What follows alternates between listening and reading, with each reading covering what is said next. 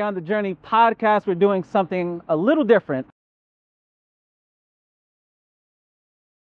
I get to interview one of my really good friends, Janna, who's one of the top realtors at one of the most immaculate properties in all of Tampa Bay. So come check it out. Let's see how it goes here. Awesome. Nice. Hello there. How's it going, Janna? Really good, really good. Come in, it's cold. Come in.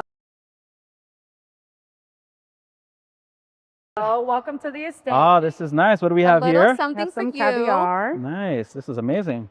Welcome. I'm so happy you could join us. Gonna have you tag along today while we take a tour of this beautiful estate. It is actually available on Airbnb for rental, for short-term rental. So we're gonna go through, and I guess you're gonna ask me some questions. Absolutely, right? yeah. I have a lot of questions for you, actually. Awesome. Yeah, this is amazing. Yeah, this is really, really cool. If you don't mind sharing just a little bit about this property in particular, because I know this is one of the most incredible properties that are up for rent here in the Tampa Bay area. Yes. And really excited to have it on the show. Yes, absolutely. So this beautiful home is almost over 20,000 square feet. This beautiful Airbnb is available for short-term rental, weekly, monthly. So they have all kinds of amazing opportunities, whether it's for retreats, whether you want to do a seminar, whether you want to do like a pretty much anything. It can hold up to, I think, what is it, like over 20 people? 20 guests. Yeah. Ample parking. We're gonna get lost in here. There's just so much to see. So I'm excited that we get to do it together. And I get to interview you at the same time, which is pretty cool. So in my element, right? Yes. So we're here at the Estate Tampa, and I was blown away when I first walked in here, from the artwork to everything, the design, the aesthetics, all of that. Yeah. So the art is actually a cool story. This is actually a rotating art gallery of some of the finest local Tampa artists. Wow, that's amazing. So you're never going to see the same piece when you visit here. So definitely pay attention as we're going through the house. You're going to see some amazing work. Yeah, so let's do it. Let's do it. So Janna, I have so many questions for you. And I guess the very first thing would be, how did you get into real estate in the first place? Because that's a funny question. I know you have very humble beginnings, and you've kind of worked your way. And I actually met you at a speaking event recently, which was pretty cool. You inspired everybody there, and I was just really excited to get you on the show. So walk us through a little bit into your journey going into real estate. Yes, and thank you for having me. I'm super excited. I jumped at the opportunity. I really, really admire what you're doing with the podcast, and just love being a part of it, and being a part of Julie's event at the, where were we at? It was by Ybor, the property. LeBlanc. So yeah, we were basically speaking at LeBlanc, and it was really cool just getting to hear your story for the first time. But I wanted to go deeper. I wanted to go a little bit into just your journey. I know your family, you had mentioned to me, they came originally from Cuba. Yes. So a lot to unpack there. A lot to unpack. Yeah, for sure. But walk me through a little bit of your childhood. I know you're originally, you grew up in Tampa. Yes, right? Born and raised. Yeah, nice.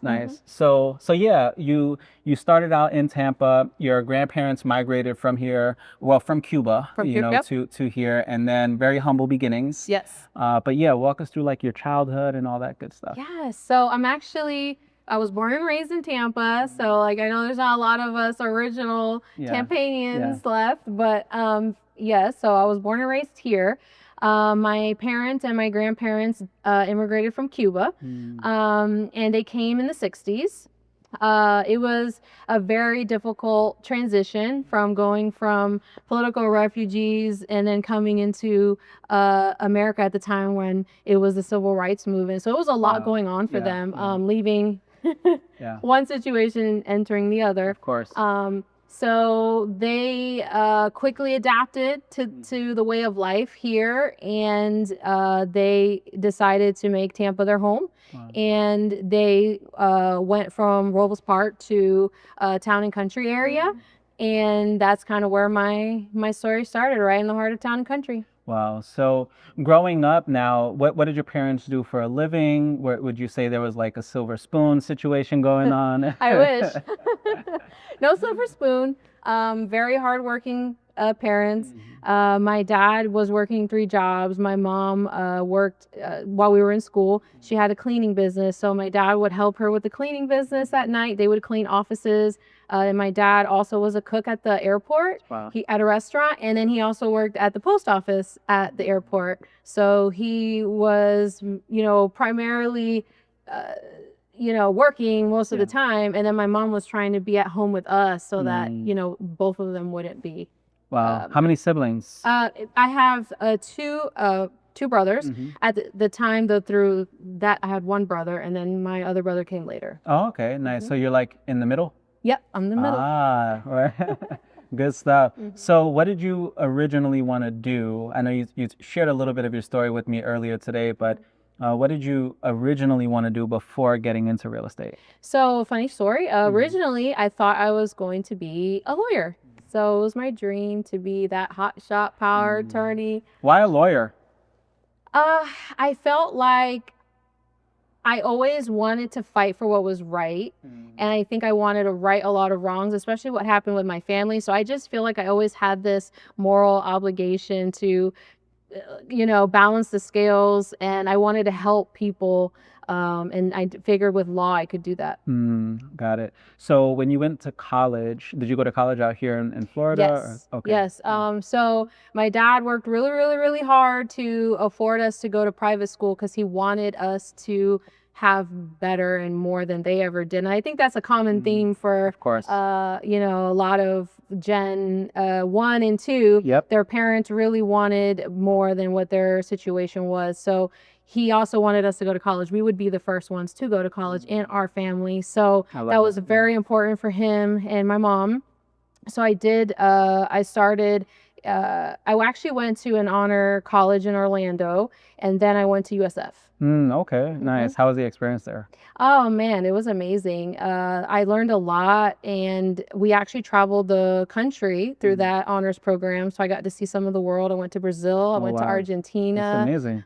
Yeah, I got to see some really cool places. Yeah, I did an international program like that too. We did like Turkey, Greece, Romania, Poland. I always recommend college kids go out there and study abroad. Yes, it's life-changing. Yeah. How did you like Brazil? I love Brazil. I love Brazil. Yeah. I love Rio. I know they say, and I actually got to visit the Christ. So I went to the top. Christ the Redeemer, and, got to say my prayers. And it was probably one of the most life-changing moments being up there. So how did you get from practicing law, or just like studying law, I should say, and into real estate? Like, how did that whole transition happen? I always say, we play and God laughs. Like, that's like my reason. Because as I was trying to work my way, to pay for college, because, at that time, scholarships and all that, I didn't understand all that stuff. So I didn't really apply on time. So I had to figure out how to actually pay for my tuition to go to school. And, at the time I was working at Best Buy. Oh, wow. So I was actually working in school nonstop. And so happened that I got promoted, and the VP of KB Homes was my client, and I sold him a computer system they were setting up a new office. And at the end of that transaction, he was like, "You're going to work for me." And I was like, "What are you talking about?" He's like, "You're going to work for KB Homes." And he's like, "I want you to go back to Tampa. We have an office there, and we're going to teach you real estate, and you're going to get your license and all that." I mean, I didn't know what was happening. I'm going to tell you, I totally just was like, okay, I don't know why I didn't question it or say, no, that's okay. For something in my heart was like, okay. And I was still in college. So that's when I had to transfer to USF, because I was in college in Orlando. And exactly what they said. In 2007, I joined their office. They helped me get my real estate license. I started working new home sales just around 19, 20 years old. That's amazing. Yeah. So you never technically went into practicing law. You just said, you know what, this is not it anymore. No, I thought that real estate was going to help me pay for college faster, so that I could end up a lawyer. It still was the track, right? This whole plan. But somewhere along the line, I get into it, and I come from modest, ways of work. And, you know, when I got into real estate, I saw paychecks that I just was like, wait, that's for just a month? You know, I was like, oh, wait a minute. So, you know, I went from a very humble hourly wage at Best Buy, you know, back then, maybe, what was it, $8.50 an hour back then or something like that. And so my eyes kind of was like, oh, wow, okay, so I'm really going to be able to pay for school faster this way. This is amazing. And then the real estate crash happened. 2008. Yeah, humble pie. Humble pie. Got kicked right off my high horse, and I was like, whoa, great, what am I gonna do now? You know, all the money dried up, and I had to quickly adapt and learn another part of real estate, which was property management. And so another investment group brought me in, and they taught me that side of the business, which was property management. So it's kind of funny, like every part of my story was never the part that I planned or that I wanted for myself. It was almost like my path was already written for me. And there was always some point that was teaching me a new skill. And I didn't understand it. So at first, you know, I moved into, you know, new home sales. I'm learning real estate from a sales perspective. Now I'm being moved into property management. Now I'm learning how to manage property. So, you know, I didn't know at the time, but I was like, okay, but this is, in my mind, it was always just to pay the bills, to pay for school, because the end goal was always law school. Got it. Yeah, I hadn't picked up on the message yet. Yeah, no, for sure. Now, I know you had an interesting detour along the way where you ended up going to Atlanta to do just like get in the music industry. And share a little bit about that, if you don't mind, because I did find that part of the story really interesting. Yeah, so in property management, I learned marketing. So I had to learn at the time, because remember, the markets were down and we had to learn how to get people in. So I got really creative at marketing, advertisements, videos, you know, different ways to get people to come in and actually rent these units. Because at the time, this was in Channel Side, and there was like nothing there. It was like hay going down the road. So I'm like, you know, I'm trying to help these investors at the time fill up this beautiful building that was like empty.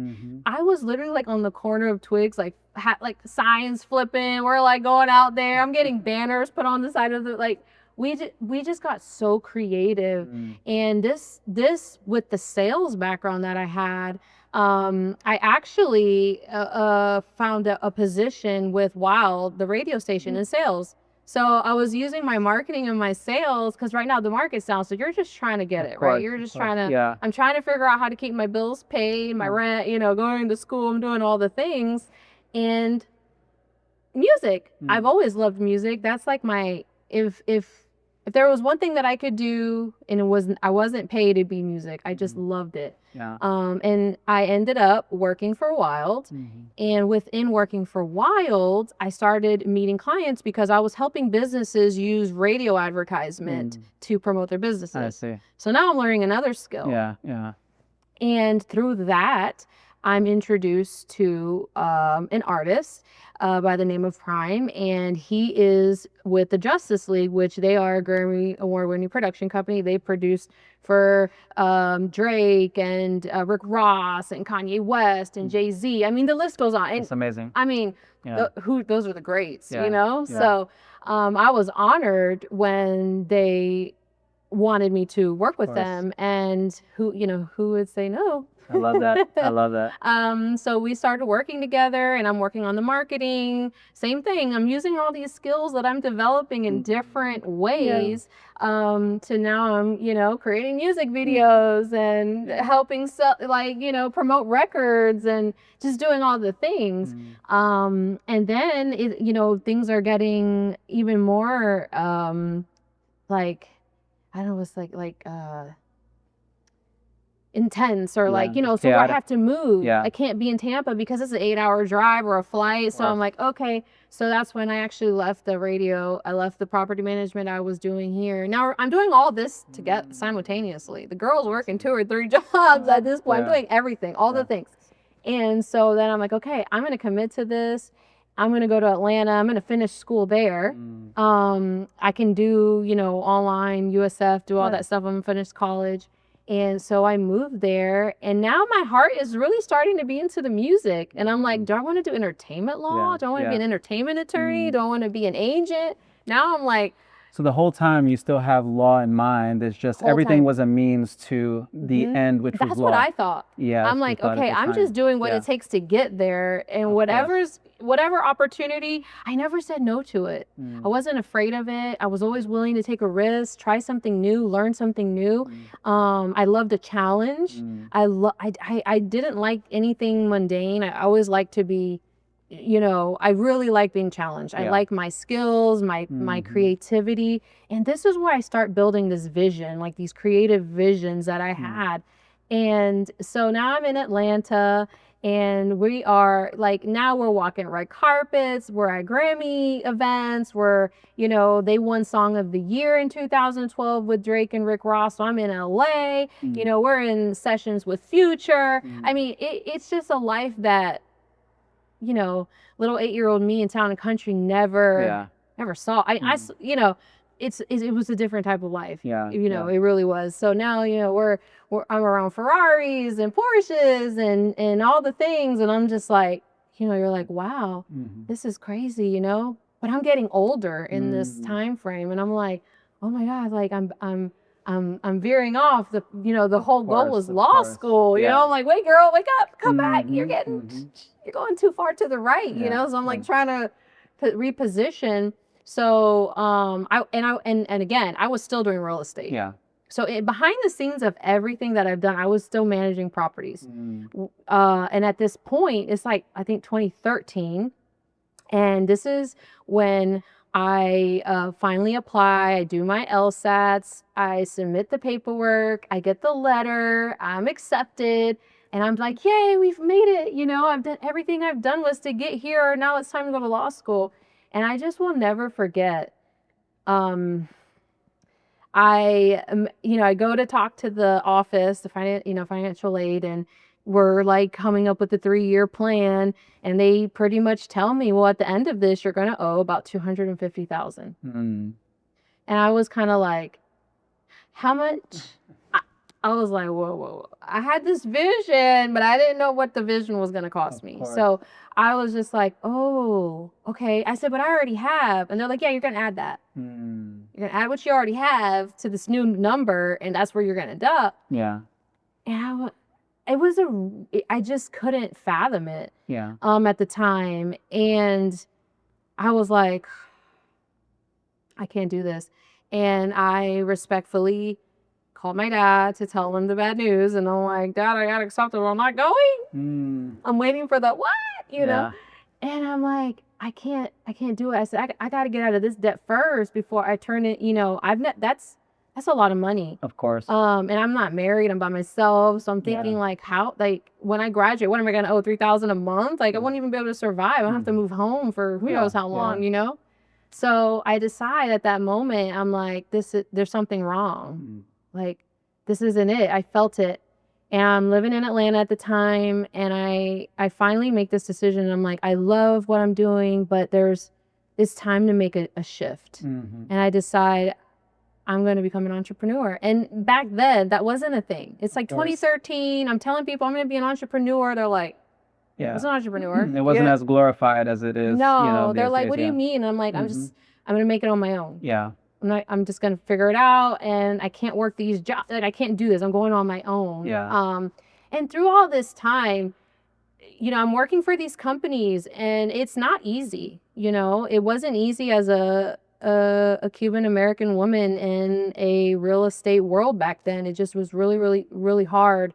And that was another deciding factor for me was I just don't want to answer to anyone anymore. And I want to be who I answer to. Yeah. I was tired of, they were taking, the credit for my work, for my numbers, my sales. And I was just like, I want to do that for myself. Yeah. And in 2014, I moved back to Tampa, and I decided to go all in on myself. I love that. What did your dad say when you just basically told him you're done with the whole law school journey? What was I? they wanted a secure path. Of course. And now I'm telling him I'm going down a path that's not secure at all.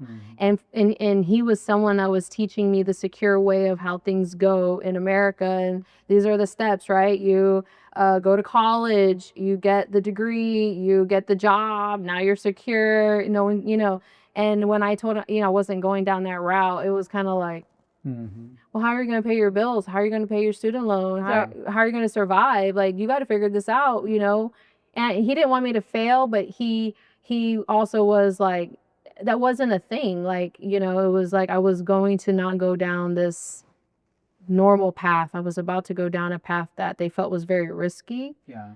Especially when I already had massive debt from my undergrad. Yeah. So it was like, and I really felt in my heart it was the right thing to do. And they ultimately they're like, if you're gonna have to figure it out. You're an adult. This is what you want to do. Yeah. Do it. We're not gonna stop you or just do it. Do what you think is best for you at the end of the day. And both my parents have been my cheerleaders and always made me feel like I could do anything. Yeah. But they also don't want me to be reckless and ruin my life either. But they also were like supportive. It was like both, like trying to be like, don't do this, but it's okay, but don't. Yeah. I really think you should rethink this. What do you love about your parents? Oh my God, do we have enough time? What don't I love about my parents? It's their resilience. It was their strength. It was their grace to come here and never hear them complain. After everything that happened to them, they kind of just took what it was and taught us to take it for what it is. And they never allowed us to have a victim mindset. And they tried to teach us how to keep moving in a world that didn't really want us to move, like how to still navigate that and to do it with pride and to do it with grace and class and never allow any of those things to hold us back. Yeah, I love that. One thing that I noticed about you when we were talking earlier is you have a high level of self-worth and self-esteem. And typically women who grow up in a two-parent household, they tend to have a lot of self-esteem and they have the masculine and feminine presence growing up. Now, I want to talk a little bit about your health journey because I know you went through some challenges and I think it'll be worth it for the audience who may encounter similar situations. You went through like an autoimmune disease, if I'm not mistaken. How did that pretty much come about? I got really, really sick in 2008, and it actually started to flare back then, and they didn't really know what it was. So it was one of those things that they said, even now they still don't know. I think they said there's like 150, and they don't have testing for like even half of those. There's only so many blood tests that can actually show you those types of things, and they're specific, like lupus or things like that.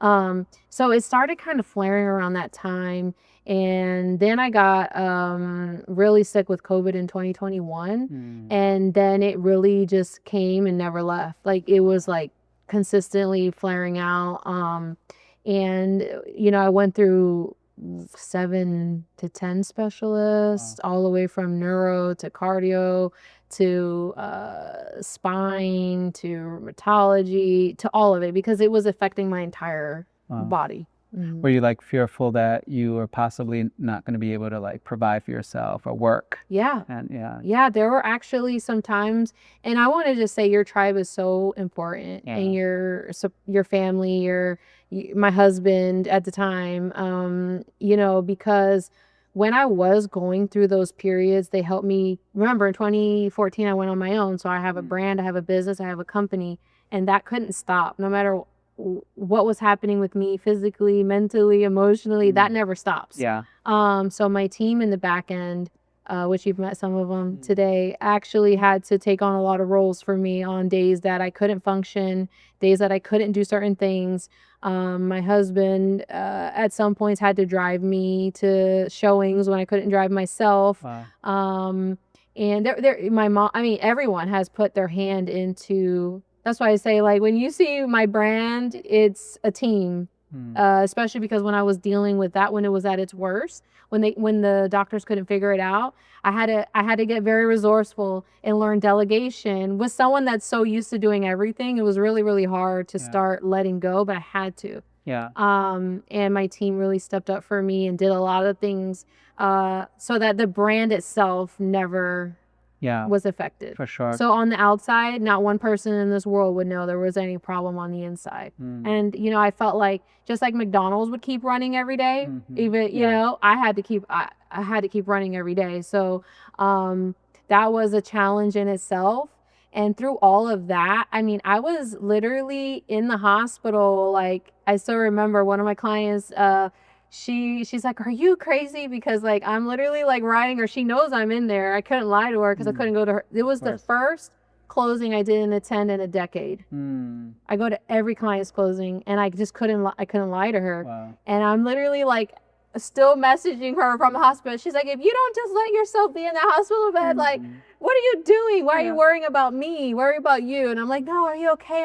Is the paperwork right? Like, what's going on? Like, I couldn't even like get my IV or anything. I'm like, wait, I gotta talk to her. Yeah. So that was the first one, and I never forget it. And then we actually ended up doing this closing party together after. I did like this taco thing at her house, but she was like, it's okay, you know. But I never wanted it to affect my business. I never wanted anyone to feel sorry for me or feel pity or sympathy. Like I've never wanted that. Like, I'm going to take care of it. I'm going to take care of you. I'm going to take care of me. We're going to get it done. Like, no matter what's going on, that's always what I've lived by is whatever it takes. Yeah. So I'm always going to do whatever it takes. And I'm going to give 150% of what I'm doing, regardless of what I'm going through. And thank God that, you know, finally in 2024, they figured everything out, and I'm able to function. But it was a very hard.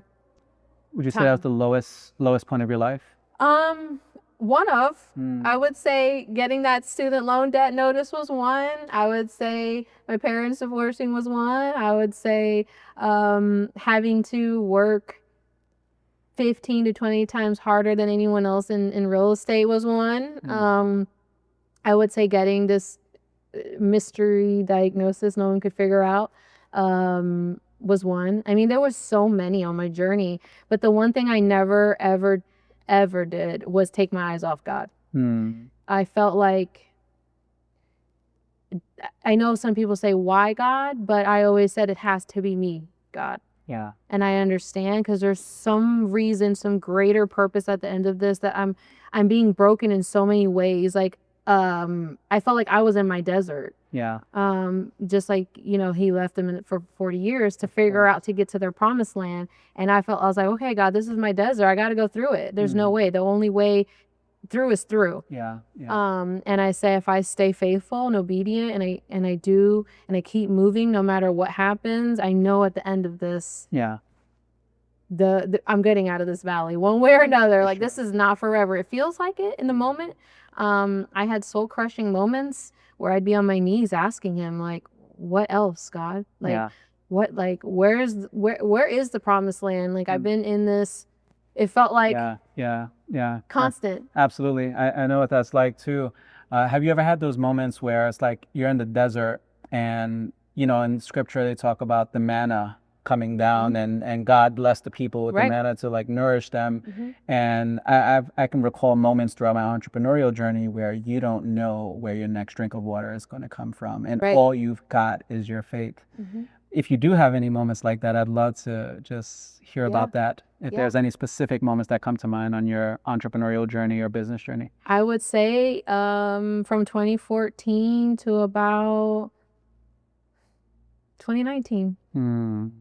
It was a really, so my last vacation that I had taken was in 2016. And then from then on, it was just, I was in my desert and I'm trying to figure out, remember, the only way I make money is if I sell something. Commission, 100%. I'm 100% commission. That means there's no money, there's no funding, there's nothing. So that's why at that time I was cleaning houses, I was staging them in between, because those are flexible. You can you can book your time, and then I could show clients and do things as I was building my brand.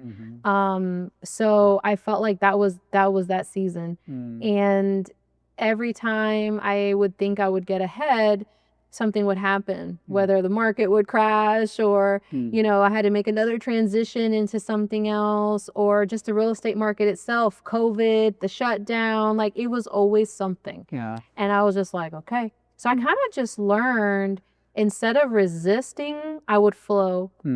I started to flow through these obstacles. And I started to say, well, this is just part of it. It's not going to stop. It's just going to keep.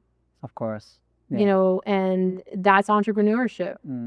It's never just so true linear. You know, you're going to have some good months, you're going to have some bad months. And I felt like everything prior in my life prepared me for entrepreneurship. Because I feel like if I hadn't kept going through all those things, I would have never survived I would have quit and went and got a job many moons ago and never looked back. But I think because it started so far back for me, I was like, okay. Like I said, God had a plan for me. And it wasn't my plan. And I stopped resisting it. I started leaning into it. I started accepting it, and I let him lead me. And if it felt like too much resistance, I knew that's what he didn't want me to do. I would shift. So in those moments where I felt like, man, it's been 3 months, I haven't sold, or I'm down to my last savings, you know. And that's when I had to get out of that debt, the student loan debt. That's when I said, there's no way. That's when I went to the Dave Ramsey in 2016. I really got into learning how to pay off everything. Like I had to get out of that, because I felt like I was never going to get out of that desert with that debt on top of me. And that's when I literally started to save every dollar. And this is when I did the crazy thing where I used all my savings and I bought a home, and I said, I'm going to flip it.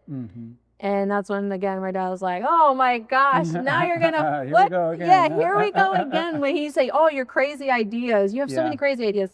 And I'm like, no, it's going to work. And I'm going to get out of debt, and I'm going to get out of this desert that I feel like I've just been stuck in, you know, since 2013.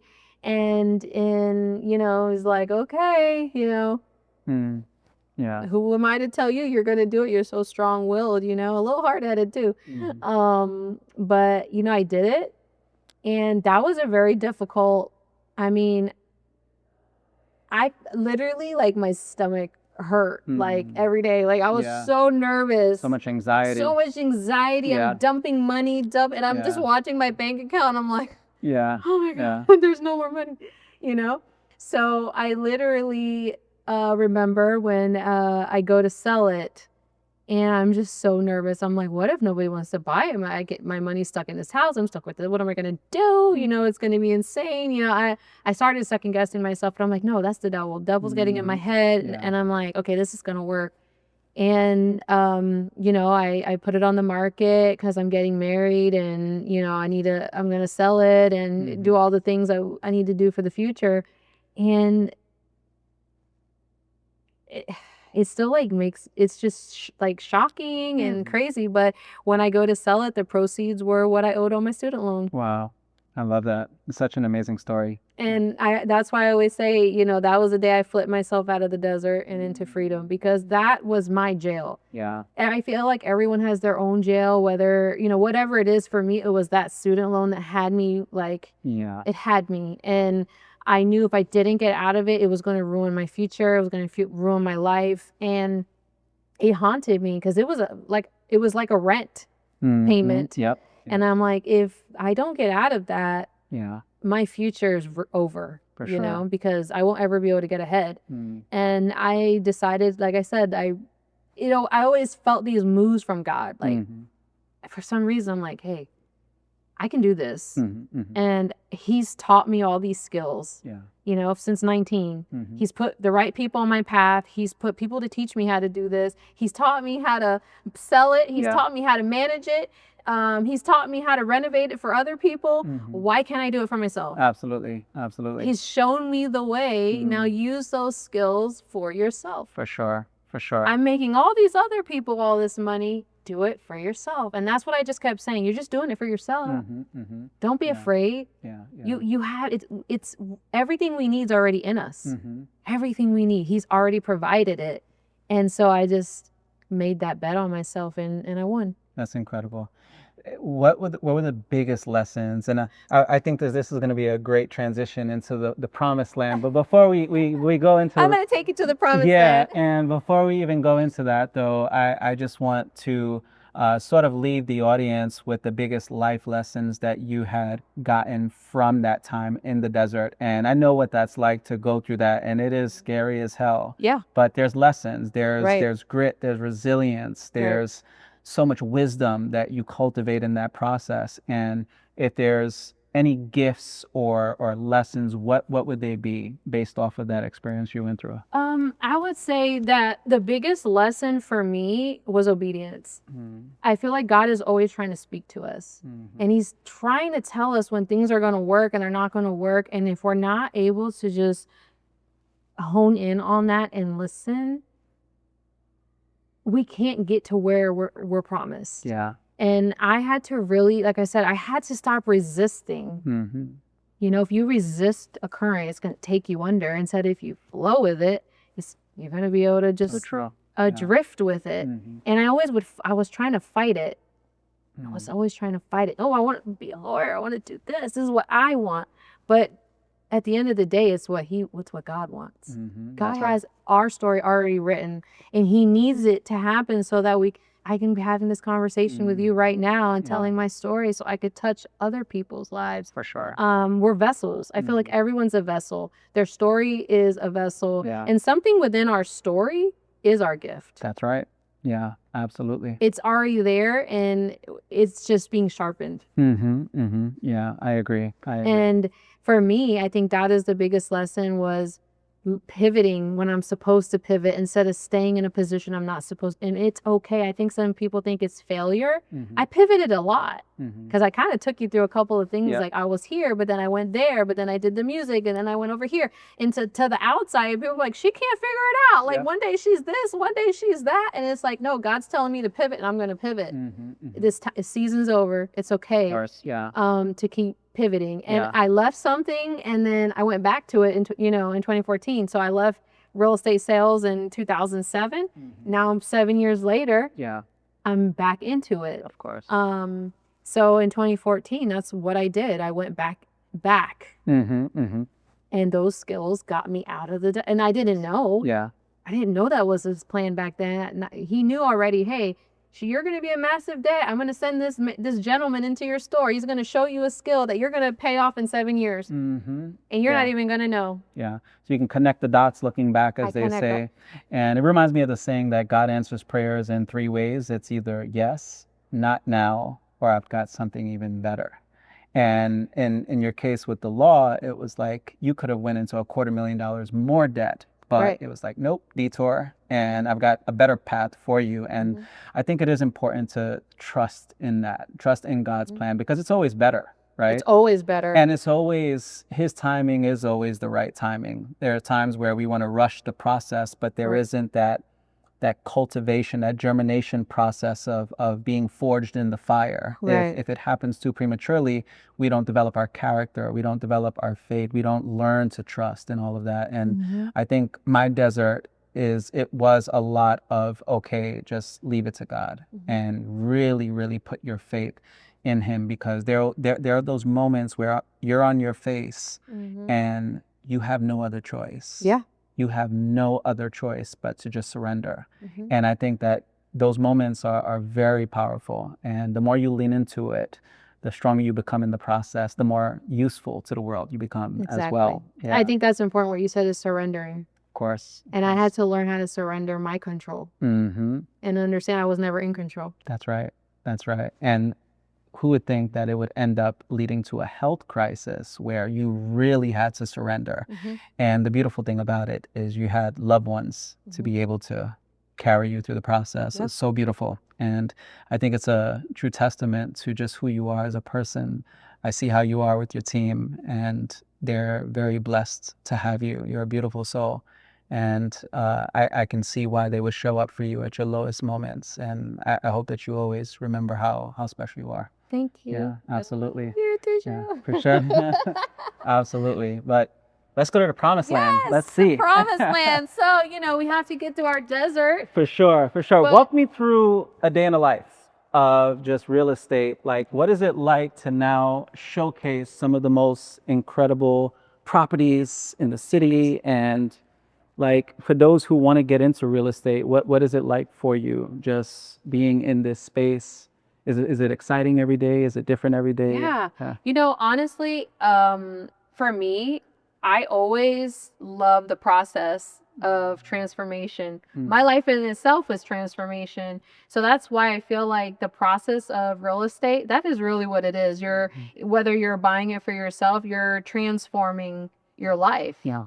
And this is one of the greatest assets to do it, course. not even just for yourself, but for your future, for your lineage, generational, for your children. Yeah. It's the one thing that it keeps transforming. Yeah. And I just love that, whether I'm helping first time, second time, downsizing, upgrading because now you're in your promised land. It's everyone's in a different stage in their life. And I feel like real estate it actually can apply. So when you're doing the first home, that's when you first get married, you're starting the family, and then the second one, and then now you're doing great, now you might get an investment property. So it's all part of different transitions of your life. That's amazing. Is it surreal just even being in properties like this, or driving a beautiful luxury vehicle and just living the lifestyle that you have today? Do you have those moments like, wow, like I can't believe I'm here? Or is it more so like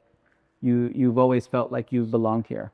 I always felt like there was something bigger for me. And I always had those dreams of, even like when I was in Atlanta and one of the producers that I work for, he had a Range Rover, and I used to sit in the back. At the time, I had my paid off Infiniti. Per Dave Ramsey, pay off your car, guys. No car payments until you get to the promised land. But I would be in the back and I would watch the skyline of the city, and I would just sit there and be like, and I would be like, I'm gonna have this. This is.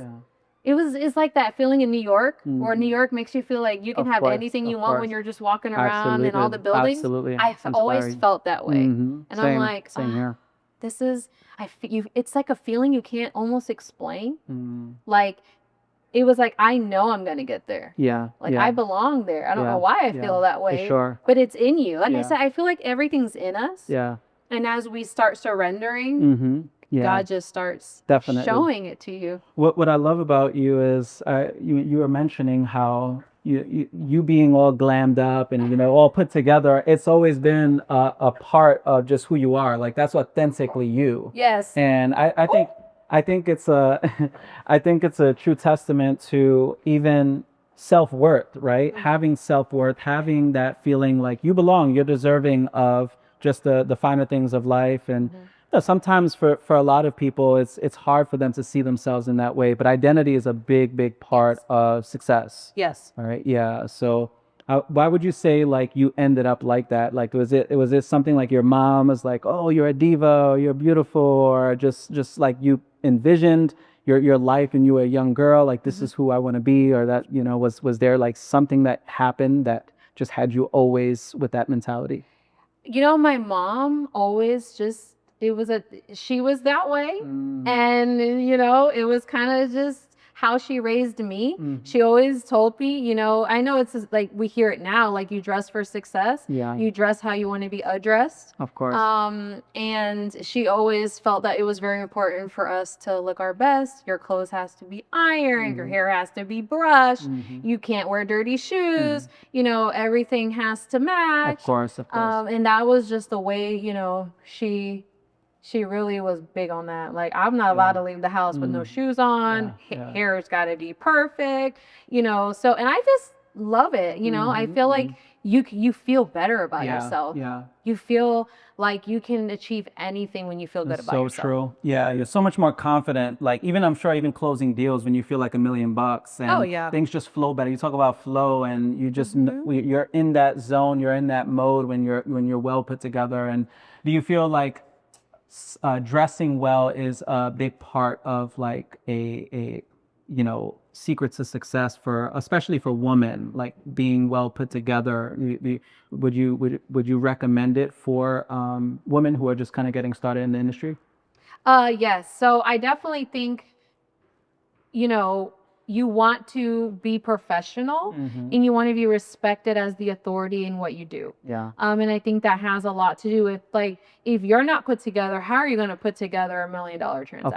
Of course. It all starts with your structure. It all starts with how you present yourself. How can I present, $1 million property when I'm disheveled? Absolutely. When my hair is not brushed. Yeah. And I'm going to walk a buyer in and tell them, hey, I think you need to buy this $1 million home when I'm not in order. Yeah. So sure. I and I'm not saying, I just like, I go a little, I'm not saying you have to go that far, but yeah, brush your hair, absolutely. Clean clothes, ironed, and remember you're being judged. Yeah. You're being judged. No, it's true. As a business, you're being judged. Yeah. And I'm probably going to judge you too. If you come show up in some dirty shoes and not, ready for the job, I'm going to just be like, I'm going to feel like you don't care. Yeah, that's right.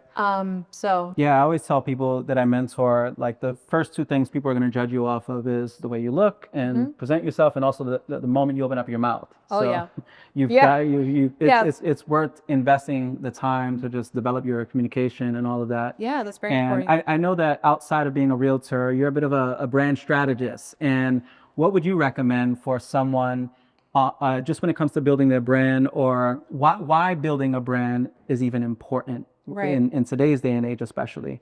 It's so important because the brand is what you trust. Yeah. And if you want to be trusted, you have to show up repeatedly, consistently, the message. Yeah. So if I want to be respected as a woman in business, I have to show up consistently in my brand as a woman who respects herself in business. Yeah. And that is not just in how you look, but it's how you treat others. Yeah. How do you speak to the people you work with? How do you speak to vendors? How do you speak to owners? How do you present yourself? Because there are people that don't treat people well. Yeah. That are condescending, that are belittling, that make people feel bad, and that's not good either. Yeah. So your brand is more than just the outside. It's also when you leave the situation, how does that person feel about you? Did they think, what a bee, or wow, what a beautiful soul? I want to do business with that person. People want to do business, people with who they like. Absolutely. Right? And I'm not saying be fake, but I'm saying... And trust. Yeah. That they know, like, and trust. That's right. Whether it's through referrals and things like that. But I do feel like, people want to feel like it's reciprocal, it's collaborative. If you walk in and it feels like it's just about you, that could be damaging to a brand too. Yeah. It's like there's a lot of elements to it, but I think you build the brand that you want to be known for. When I say your name, what are people going to say about you? Yeah. So good. Wow, she's smart. Wow, or is it going to be, oh, she was hard to deal with. Yeah. I don't want to work with her. She didn't know what she was talking about. Like, what do you want your brand to be known for? Yeah. I strive for people to, when they hear my name, oh, she's going to work hard. She's honest. Yeah. She's fair. She's funny. Yeah. I'm not all serious. I'm a little funny too. But I just feel like that's why the branding of who you are, and I think being authentically yourself, people can feel when you're not being genuine. People can feel through you. And if they can't relate or connect, it's going to be really hard for them to do business or repeat business. Of course. Yeah, I think just being fake also is just very exhausting, right? Very exhausting. They say authenticity is the highest expression of self-love. And I believe that if you truly value yourself. The best thing that you can do, and best thing you can do for the world is just give them more of you, right? But be the best version of you. Yes. That's the idea. So, you know what's interesting? You had mentioned to me earlier that you started having a lot of seeds kind of coming to fruition. It was just happening all. But when I heard your story, to me, it made sense because you had went year after year after year hustling and grinding, and then finally it all started to sprout, right? Would you even recommend for a young woman starting out in or even young man starting out in entrepreneurship to work their face off as much as you did in order to reap those benefits? Like, is that a path that you would even suggest for someone? That's a good question. I think it's going to depend on the goal. I think how hard you have to work, because I think some people want the stars and some just want the middle. So your hustle depends on your dream. And that's why every dream is sold separately. So I wanted major. I wanted 10x. Yeah. So what I have to give to get 10x is not going to be the same as someone that just wants to go 5x. Yeah. For so sure. I think it's person dependent and tolerance dependent.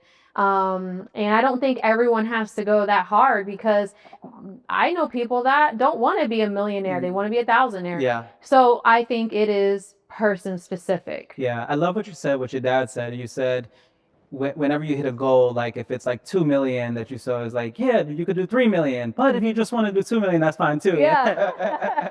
Yeah. Because, he wanted me to be proud of myself and not make me think that he wasn't proud that I achieved that goal. But he's like, but he always moved the pole. Yeah. He did. He was just like, because like I was telling you, when I did the $1 Million Guild, he goes, okay, now the $1 billion. And I'm like, okay, but he's like, but it's okay if you don't want to do the $1 million, but I think you should, and you might as well. You're already here, Yeah. So again, I think it's person tolerance. Like I said, some people want it all and some people don't.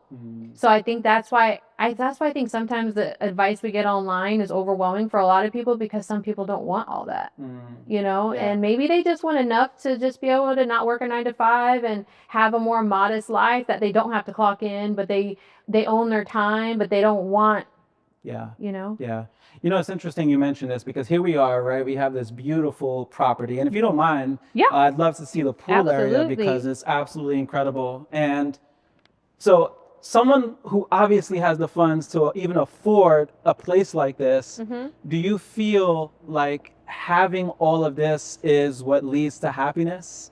Do you feel like it's dependent on the person?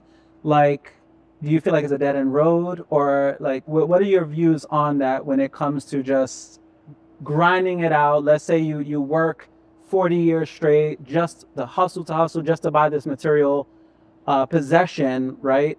Do you feel like that's the key to happiness, is like working towards a goal and achieving that goal? Or the person you become in the process? Is it a combination? Is it just subjective to the person? What are your views on that when it comes to just success and happiness? I think that if your goal is the pursuit of material, you'll never be happy. But I think if this is the result and you're happy with the goals that you've achieved, it's okay. But if you set out and you're like, I only want to do this because I want this house or I want this car, I think that's a dead end. If this is the result of you being obedient in your desert and you've achieved the goals that you set out for yourself, for sure, and maybe they're 10x, right? So now the fruits of your labor can afford it. Why not? Makes sense. Now, like I said, if it's material in nature and that's the only reason, I don't think happiness will ever come from it. If you think that, once I get this house I'll be happy, or once I get that car I'll be happy, that I don't think is the case. I agree. And some people would argue and say that happiness actually is the key to become successful. The happier you are, typically the more successful you become. It's like you mentioned, just flowing, right? You typically flow a lot better when you do have that internal happiness. And this just kind of being a byproduct of that happiness and that hustle as well. Because I know for me, in my case, everything that I'm proud of, for example, came from a lot of work, a lot of hustle. And when you reflect back on it, it is good to know that you worked really hard for something and it's worthwhile. But I think the most value that you get is really the person you become in the process. I think so too. More than anything. Yeah. And I'll tell you, there were a lot of things in the beginning that I really wanted or thought I wanted. Yeah. But as I became a different person, I valued those things less. So true. And I'll tell you, like, the one thing that it was my dream car. And when I got it, I still felt it was like my dream car. But there were some things I was like, oh, why did I want this? Or why did I think that was important? You know? And I kind of switched gears on some things. And I started focusing on what was important to me, my legacy, generational wealth. Yeah. I started really pivoting. Yeah. And I'm like, ooh, maybe this was more materialistic in nature. And maybe I don't need a closet full of Chanel bags like I thought I wanted. Or, you know, but again, it's person. It really is. Person specific. I think that from one thing that I've noticed too is alignment is a big part, because sometimes it's not about the material stuff really filling you up. It's more so like, do you feel like you're in alignment with who God called you to be? Right. Like my vehicle, for example, do I need to be paying $1,200 a month? No, absolutely not. But it's the feeling you get with being in alignment with this is what I was called to do. This is who I am at my core. This feels in alignment, as opposed to just, let's say, dressing a certain way. Maybe you don't feel like you're dressing your part or carrying yourself. Maybe you live in a certain neighborhood and you're like, this is not it, right? But when you finally get to that point of, let's say you get a taste of luxury and you're like, this feels right. This feels like me. Like you mentioned, like just being all dolled up, it just naturally feels like you. Is it more expensive to, live like that? Absolutely. But the alignment, I think that people don't oftentimes talk about that part of it. Right. Yeah. And I think that, you can still look like $1 million and not spend $1 million. Very true. Yeah. Very true. It's just how you carry yourself, I tell people a lot of times. And I do think too, so going back to, I'm going to take you back to those little gems. I didn't get the car with that payment until I actually had an asset that could pay for it. Of course. So it all depends, right? So we look from the outside and we're like, oh, this person has this. But if you set yourself into a certain plan, and like for me, I said, I'm going to drive a paid off car. I don't care. I was driving a paid off car for a long time. And I said, I'm not going to get that car until I have paid off my debt. Yeah. Until I have a cash flowing asset that can cover that payment. Yeah, that's good. So I think if you do it smart, you can still do it. Yeah. You can have it, but it's all planning strategically, because a lot of times we put the cart before the horse. Yeah, very true. Very true. Now, when it comes to just overall finances and generational wealth, what are your views around that? Because, it's interesting. I tell people all the time that, like, I had heard a guy who built $1 billion company once. He said he used to believe in budgeting and all that and having everything kind of, all perfect. But sometimes in entrepreneurship, it's like all of that goes out the window when you're just trying to survive. You're just trying to get by, or you have to invest in yourself. You have to take a risk. That's the very definition of being an entrepreneur. So what are your views around that? Like, do you recommend that people mainly focus on being good stewards of the money, or do you feel like there's certain seasons where you genuinely have to take those risks? Yeah, I think it's all seasoned. Like every season will require something different of you as an entrepreneur and different choices that you have to make. And it does depend on the business. Like, for me, what I was building versus if you're building a company, are you trying to scale this company? How many employees do you want? It's all going to be business and person specific how you're going to handle it. Now, for me, I knew if I'm going to leverage my credit, I have to get out of debt, because I have to go to banks regularly and I have to ask for loans. If I am full of debt, the banks aren't going to loan me anything. They're going to say, you're high risk, your DTIs are too high, and we can't help you. So for me, I knew for my business, I think knowing what your business needs to grow, you start to figure out what things are more important than others. And for me, I knew I had to get out of that because I needed to leverage the bank to start buying real estate deals. And for us in our business, your leverage Mm-hmm. for real estate Mm-hmm. is more important than anything else. Of course, of course. No, it makes a lot of sense. Such good advice, by the way. Yeah, Thank good stuff. So I know we have an arcade here in this Yes. amazing property. I'm definitely looking forward to checking out the arcade. It's crazy to even think that someone would have all this stuff. I know when we first came in, apparently there's a hidden type of club. I don't know whether I should call it a club, but it's a really cool space. I mean, a multi-purpose space. But should we take a look? Yeah, let's take a look. Yeah, here's a sneak peek and one of the cool features in this home. So I'll let you lead the way, Janna. Okay. All right, here we go. This is amazing. All right, so come take a look. Could It you is imagine? actually Yeah. perfect for interviews, for podcasts, Yeah, this is amazing. seminars. Absolutely. So it can be used for a lot of different things, even a yoga retreat. Yes. I You wanna mean, do- sky's yeah. a band practice. I mean, it's just sky's the limit. Yeah. What you could do in here, but it's pretty cool feature, yeah. and you can't tell from the outside looking in. Yeah. Which we've actually talked about that, right? From the outside, sometimes we think one thing and we judge, and we just never know what's on the inside. Yeah, absolutely. What are your views on just even visualizing things to success, right? So I'm sure whoever owns this property, they obviously spend time to visualize it and to just kind of work towards it. What are your views just on the power of visualization or manifestation and Yeah. how that works, like but also in alignment with what God has in your life. You know, some people kind of just get all caught up in the visualization, but Right. that may not be what they were called to do. Right. Mm. I think if you can see it, you can achieve it. I know that's like a cliche thing, but if you can actually see something, that means it's in you.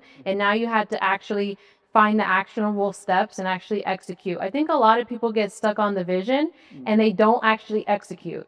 So I can see 1,000 things, but if I never pick one and actually create an actionable plan and actually execute on this plan, it's always just going to be a vision. Yeah. So that's why for me, I always pick this one thing that I really wanted to achieve. So when it was getting out of debt, it was getting out of debt. I did not have entrepreneurial ADHD, where I'm just like, but I want to do this, but I want to build that. And because you can get, and now you have your arm in like 7 things. You're like, how did I get here? It's so true. Okay. And you can't do 7 things at once. Yeah, very true. I know we think we can, but we can't do 7 things well. Yeah, very true. It's reminds me of the Chinese proverb, the man who chases multiple rabbits catches none. And we do end up sometimes getting caught up where we're just doing too many things and we get stretched in and we don't really give that one thing the time and energy it deserves. Right? Yeah. And that's how you scale. You've got to focus on one thing. So. I agree. And I think you have to be an expert of one thing.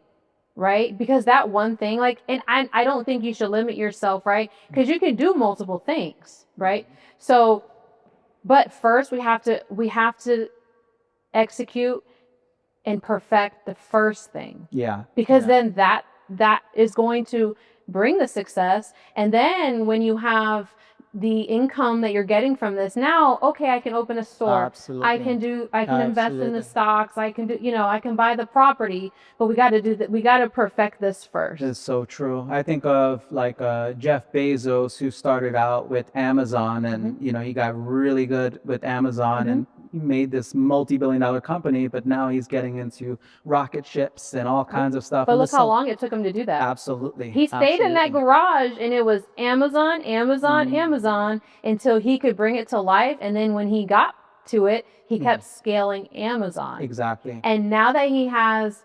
so much success, now that he's dabbling into things that he doesn't really know, but he's interested in. And I think that's where a lot of entrepreneurs get in trouble, is that they are expanding into other things before they've actually had the foundation, built the house of the first one. Yep. So now you've got all these half-built ideas. Yes. Now we're overwhelmed, we're overspent, and now we got to go back and get a 9-to-5. Yeah, exactly. Versus, like I said, and that's why for me, I've been able to visualize. I feel like even though it was my desert, I would focus on one thing. So the first thing for me was, okay, get out of debt. Now, how am I going to get out of debt? Okay, I'm going to save all of this so I can flip this house. Okay, now that I flip this house, I'm out of debt. What am I going to do now? I'm going to start building my brand and investing in myself. Yeah. And when I did that, everything changed because now I've become an expert in what I do.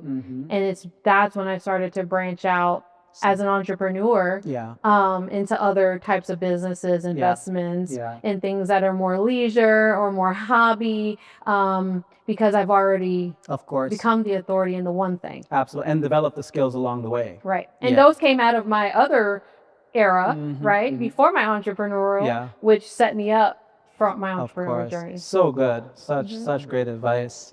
I know one of the things I wanted to also talk about was just the importance of developing skills along the way. I think that we don't put a strong enough emphasis on just skills in general. I know you don't have to use the bathroom, but can I just show you this bathroom? Oh, absolutely. How do I? Oh. Wow. Just wanted to show you one of the glamorous, really, really cool. Yeah.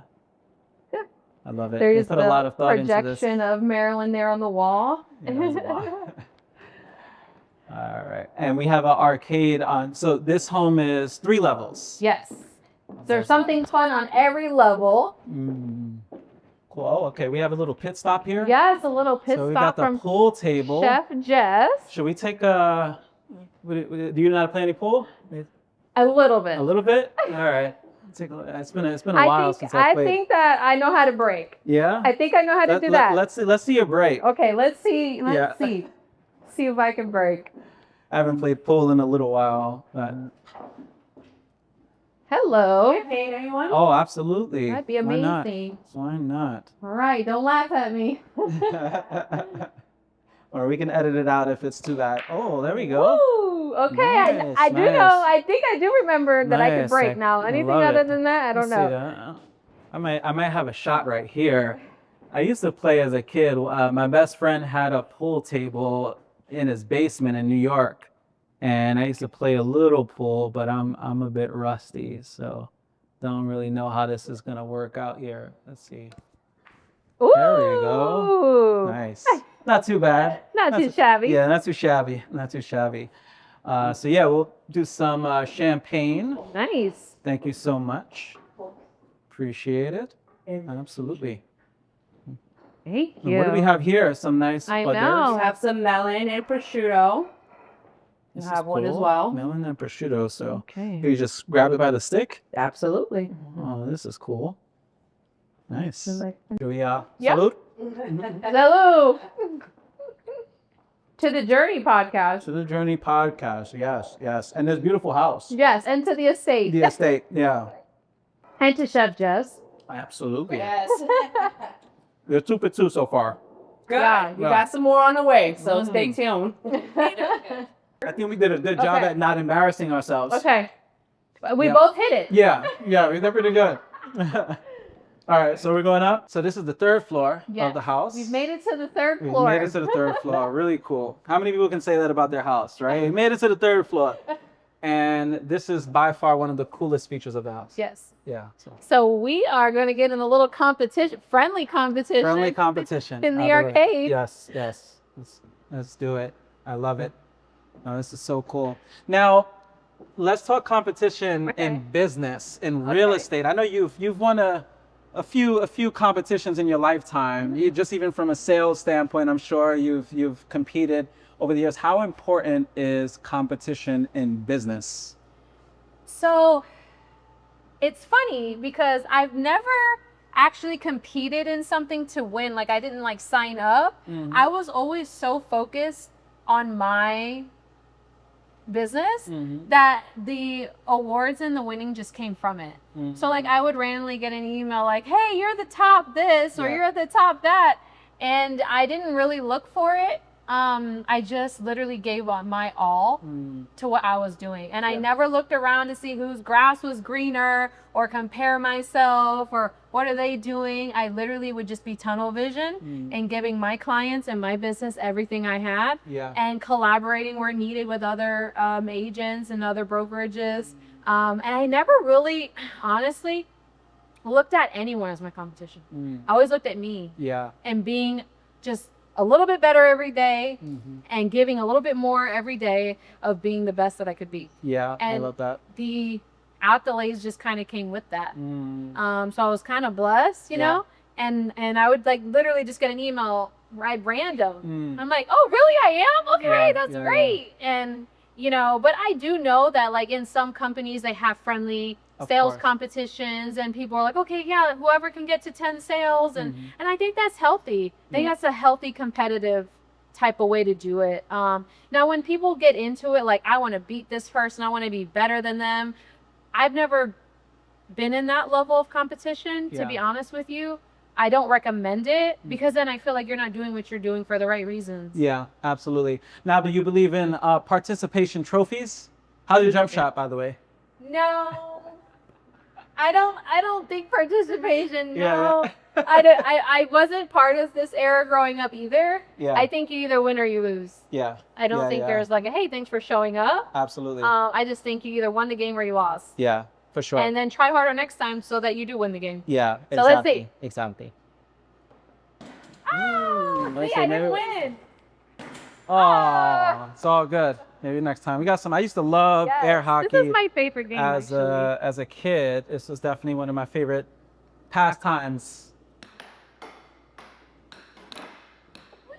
Yeah, I'm not gonna have any mercy on you, by the way. So, no mercy. Yeah. Yeah, no participation trophies on this stuff.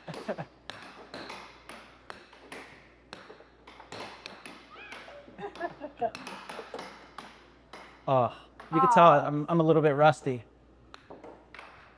All right, here we go. We gotta get one score in.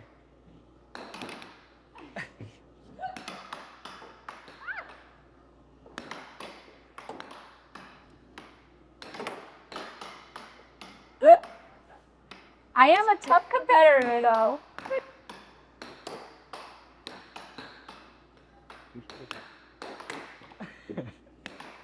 There we go. Oh, you got it. There you go. Good stuff, good stuff. Now, this is so cool. It's such a great feature to the home. And I mean, if someone books, even just for this, like, it's great for families with children and all that good stuff. So, yes, I love it.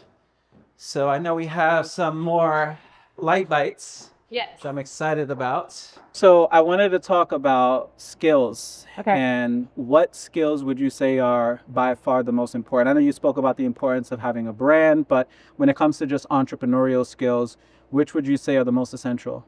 I think the number one skill you have to have in an entrepreneur is dealing with rejection.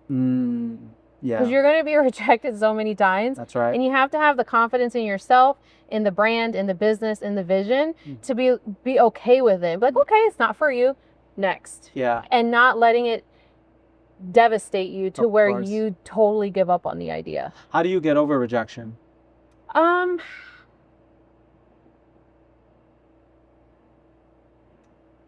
It's interesting. That's a great question. Probably different for different people. I think so. I think or do you ever get over rejection? I don't think you get over it. I think you'll question, like, what did you do wrong? I think I just try to learn and better myself. Like, okay, why didn't I get this? Like, what was I lacking? What can I do better? I always look at accountability for myself. I never blame the situation or the person. I'm like, okay, what could I have done better? What did I not deliver? There was something in my presentation that didn't land. Maybe even talk to the person. Like, hey, I would love to know, like, why not me? Yeah. So what was it about me that didn't work for you? Yeah. I would love this just for informational so I can better myself next time. And sometimes they might say it wasn't really you.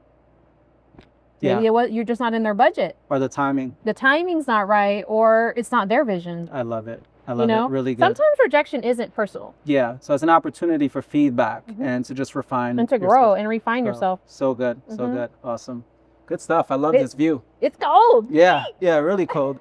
So what do we have here, chef? Okay. So we have some lobster bites served on a mini pretzel bun. And these are with garlic and butter shrimp. I don't think I've ever had pretzel with lobster, but I'm excited as a foodie. I'm definitely excited. And it's so sweet. It is sweet and savory. So enjoy. Nice. Thank you so much. Appreciate it. Great way to bring this in for our landing here today. Yes. Buen provecho. Absolutely. All right. Yeah. So we take a bite? Yes. Absolutely. Awesome. So Janna, it's been so much fun. Yes, thank you so much for coming. Mm-hmm. We covered so many different topics, so many great points about your life and everything like that. I'm curious if there's anything you could have done different with your life. Is there anything that comes to mind that you would have done differently? I would say the first thing I would have done differently was paid attention in high school and applied for those scholarships. So I wouldn't have been in all that student loan debt. I think that's what I would definitely do. Really take that serious. And again, adolescence, right? This is the time where we're growing, we're learning who we are, our limits, our boundaries. So I just really wish I would have paid a little bit more attention to that part in school, the SATs and the scholarships and all that. And maybe that debt part wouldn't have played such a huge role. For sure. But, you know, I was busy rebelling and halfway in high school, halfway not. So, you know, but those are those lessons that made me who I am. Very true. So would I actually change it? Probably not. Because it wouldn't make me as sharp as I am with finances, with real estate. It actually made me who I am. I love that. Do you have any regrets? Regrets saying yes to that date. Yeah, that's probably a big regret because that really made me have to go through some things I shouldn't have probably went through very young. And I think had I just said no, I would have been further along faster. You got it. Yeah, yeah, for sure. Now, what's the great vision for Janna? So my dream ultimately is a free Cuba to where one day I can go back and purchase my family's homes that were taken from them and give it back to them. I pray my mother and father are still alive to see that day. That's incredible. Yeah, I love that. Yeah. Anything else that comes to mind? I want to teach as many people financial literacy and generational wealth that I can while I'm still on this earth. Why? Because it literally is what will transform family lines. Learning about money, learning how to leverage it, learning how to buy real estate, and teaching the next generations not only how to buy it, but how to keep it and keep transitioning it so that we aren't having to work so hard. You know, a dream of mine is my niece doesn't have to have 3 jobs to get by. For sure. That maybe, you know, I left something behind that gave her a little kickstart.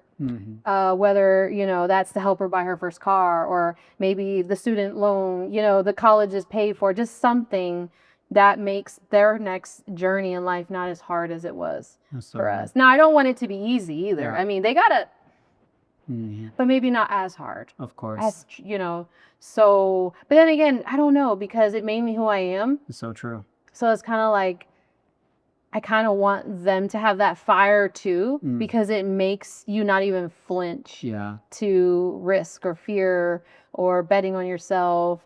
So it's kind of hard. It's like you want these things. I think maybe giving them the knowledge, of course, and the education and opening those doors, but maybe not handing it to them either. Yeah. I think it's like a fine line. For sure. It goes back to that trust as well we spoke about earlier, right? Just trusting in God's plan for your life, because sometimes you go through the fire and then you're forged in the fire, but you ultimately end up the person that He designed you to be, which is, you know, super important on the journey. So if this were your last interview, God forbid, right?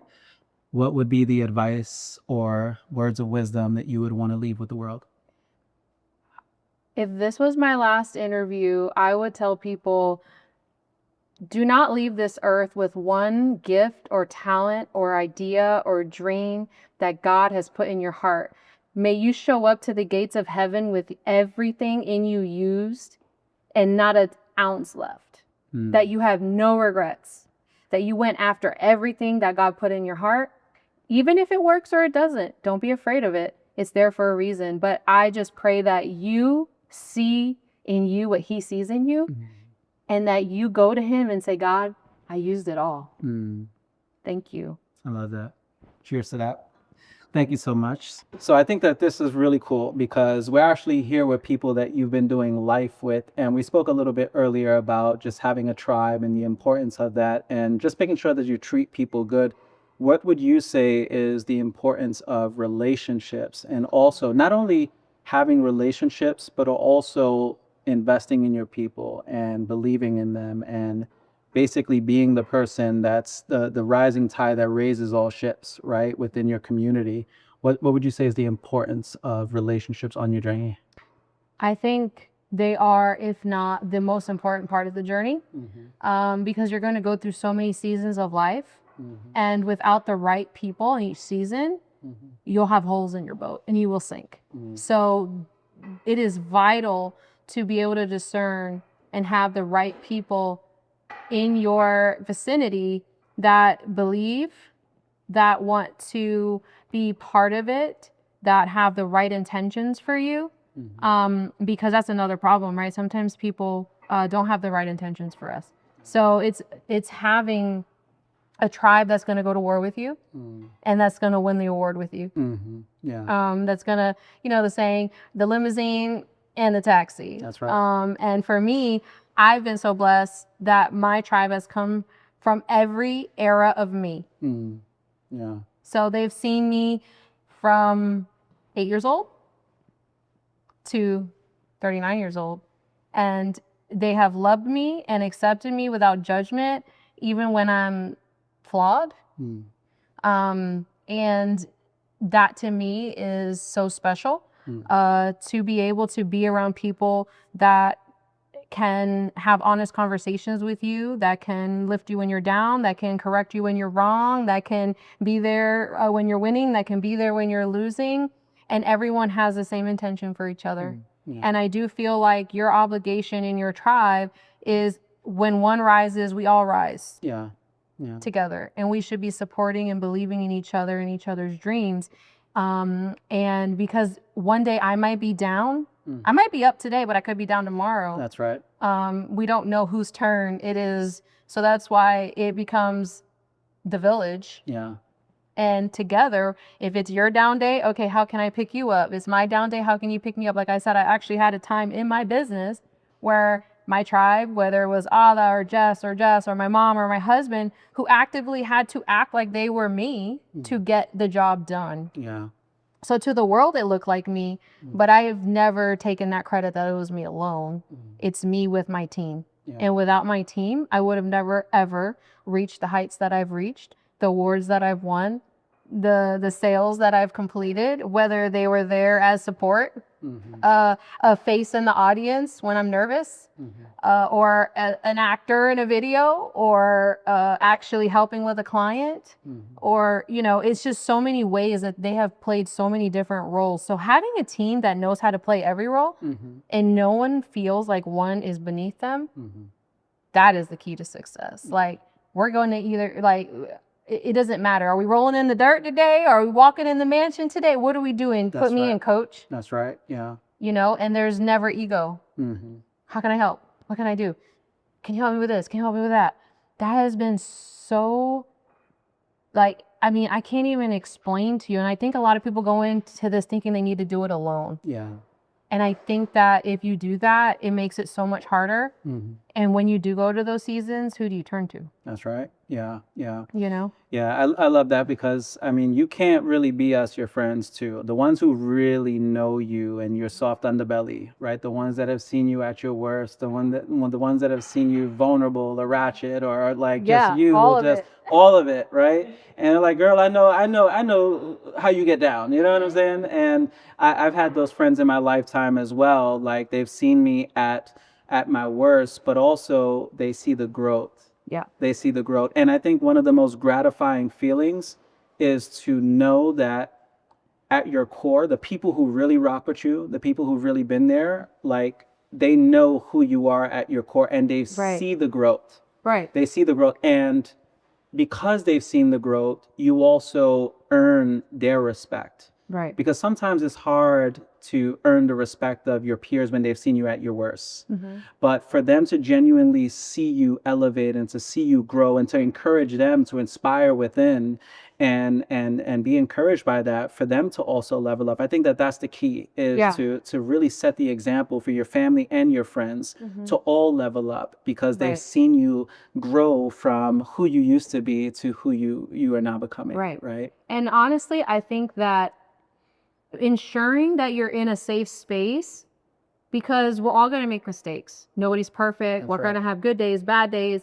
I'm exhausted. I might be a little more snippy today, or I might be having a really good day, but you're having a bad day. And it's just being in a space that you're not judged for that, for being human. Yeah. We're all just here in a human experience, That's and right. no one's going to get it right every day. That's right. And it's being able to be wrong. It's being able to be right, and no one taking it personally, and being able to come together. And I always say that there really is no I in the team.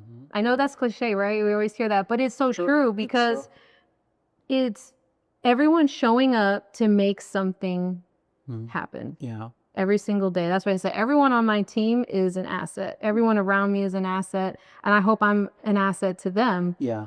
Whether they're motivating me by what they're doing that day. Jess ain't going to leave the gym. Alda's going to travel for 6 hours a day to get things done. Like, all those things of people around you inspire you. Yeah. Jess is going to be in college and with the kids at 40 getting her master's.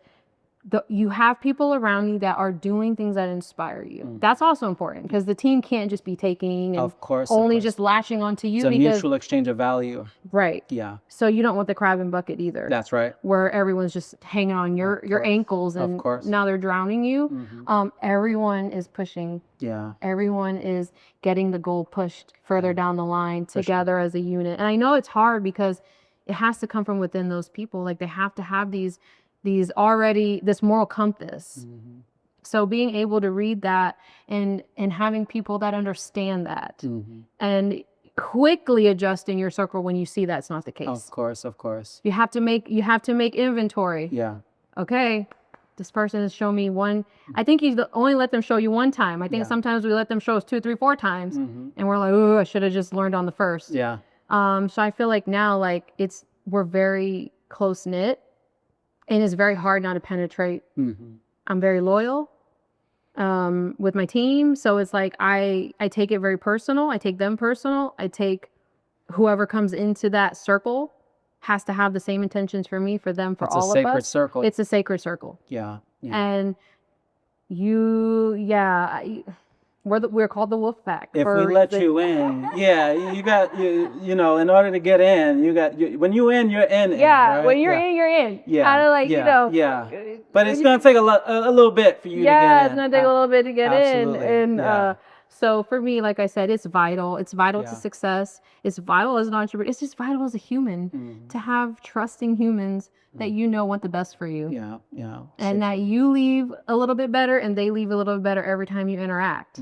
I want to make sure that they are leaving with something from me that betters their life in some way. Absolutely. Vice versa. Something that they're offering me betters my life in a different way. And it doesn't have to be, I think sometimes people think there has to be the same thing, but sometimes it's not. It doesn't, every friend has a different skill or something that you don't have. Absolutely. That you're learning from their them. own gifts. Absolutely. Yeah. So I think that's so important. And I think your tribe is like number one. It is. In any success story. It's who you had around you. Because you can't do it alone. Of course. No, we're here to do community and fellowship, and the quality of your life is dependent on the quality of your relationships, the relationships that you have. So, so good. Not even Jesus did it alone. He had his disciples. That's he right. had, so it's like, yeah. How do we think we can do it alone? Of course. Yeah. So good. Janna, this was amazing. Thank you so much for coming and taking a tour of the estate. Yeah. And as beautiful as the estate is, I definitely would say that your journey was the best part of this whole process, because it was truly inspiring. I'm leaving inspired, and I'm excited for so many people in our audience to be able to just hear your story and, hopefully get into real estate. Because This is such an amazing business to be in. It is. Yeah. And even if they don't want to work in it, I hope I've inspired you to own it. Yeah. Seriously. Chef, At a minimum. And I think we have some last food here. We have some goodbye shrimp for you. Nice. Yes. Thank you. Good stuff. So good. Yeah, really good. Thank you so much. Yeah, well, talk about a world-class experience. This was incredible. Definitely one of my favorite podcasts. Oh. Yeah. I like that. See, I was #1 without trying. Yeah, exactly, exactly. So, all in all, I'll leave this with you, Sha. Absolutely. Yeah. Thank you. And one to go. Yeah, for sure. Thank you so much. Oh my gosh, thank This you was for incredible. coming. Please And, come back anytime. Absolutely. And make sure you guys follow Janna wherever she is on social media. And also, we'll be seeing you on the very next podcast show. Take care. God bless. Bye. Thank you so much, Janna. All right. Good Appreciate you. night. Awesome. Wow. Bye. You better Really cool this is last experience. time. You better come drink this champagne.